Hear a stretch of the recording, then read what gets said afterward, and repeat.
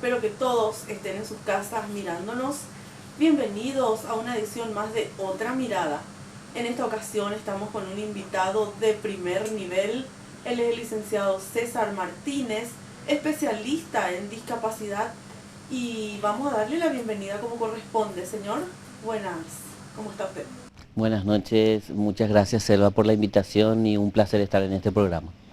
Bueno, César, estamos realmente porque la audiencia nos pidió hablar un poco sobre la discapacidad en general, para dar las nociones generales sobre la discapacidad y sobre todo para explicarle un poco a la audiencia sobre cuál es la terminología correcta y el origen y cómo se nos llamaba antes y cuál es la forma correcta de llamarnos ahora. Y te pregunto, para abrir un poco el tema, ¿qué es la discapacidad?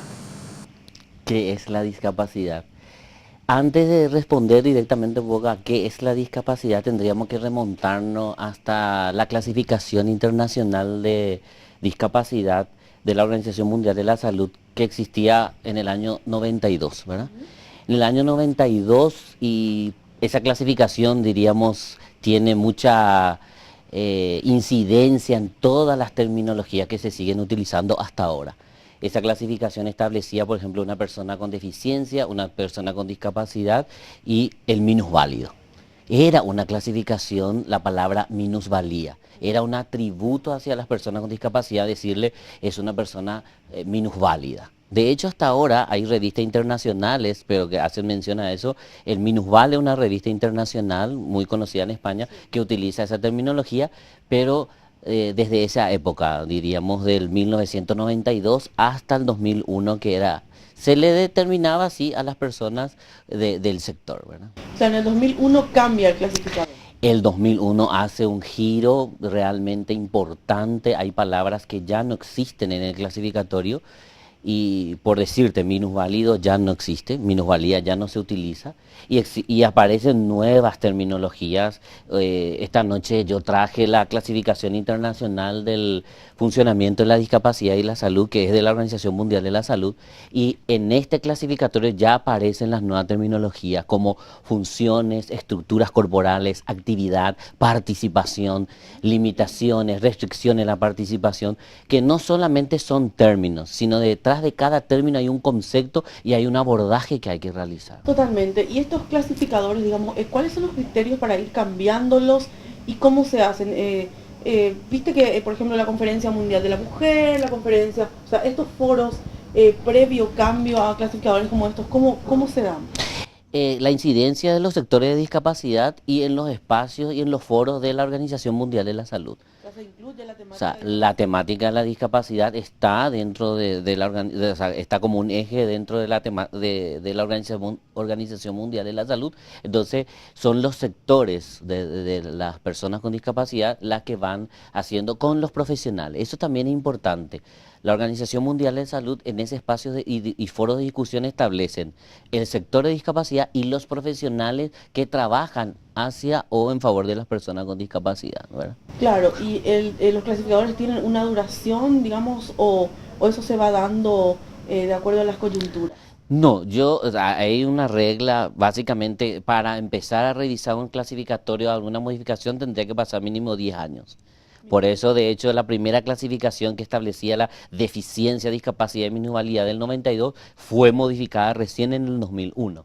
Nosotros ahora, 2011, 2012, podríamos plantear, ¿verdad?, qué entra dentro de ese clasificatorio y qué no entra. De hecho, hoy el tiempo es muy corto para explicar, pero la nueva clasificación internacional del funcionamiento de la discapacidad y la salud es muy abarcante. Totalmente. O sea, no solamente entran las discapacidades notorias o clásicas, que después vamos a hablar de tipos de discapacidad, sino que también entra todo lo que realmente hace a cómo funciona el ser humano, ¿verdad? Dentro de su cultura, ¿verdad? En Paraguay, o sea, ¿vos considerás que estos parámetros, este clasificador es conocido, es respetado o aún falta mucho por...? Tenemos que avanzar muchísimo. Nosotros en la universidad, hay docentes en la universidad que estamos promocionando mucho la utilización de este código, ¿verdad?, de este clasificatorio, pero aún hay resistencia, ¿verdad? Inclusive vos, Selva, compartirías conmigo del propio sector de discapacidad, muchos desconocen, o sea, cuál sería el clasificatorio o la utilización de estos códigos, ¿verdad?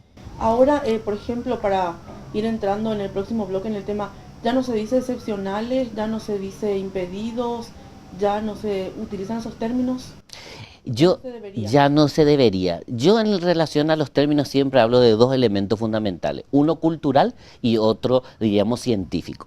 El cultural es el que inclusive en guaraní nosotros ¿cómo le denominamos a las personas, verdad? Cultural, yo digo, le decir el tauraí, el doimbay, esos son nomenclaturas o términos culturales que cuesta erradicar de nuestra sociedad, ¿verdad? Pero también están los términos científicos que, como yo te decía, el minusválido, el inválido, el especial, hay muchos términos, el mongólico, hay libros que en el año 98-99 decía, por ejemplo, síndrome de Down barra mongólico. El mongólico llegó a ser una terminología utilizada científicamente, De hecho, ahora ¿verdad? los jóvenes la utilizan para En agredirse o forma para... despectiva, en forma peyorativa, se Sí, utilizan los términos, pero llegaron a ser términos científicos.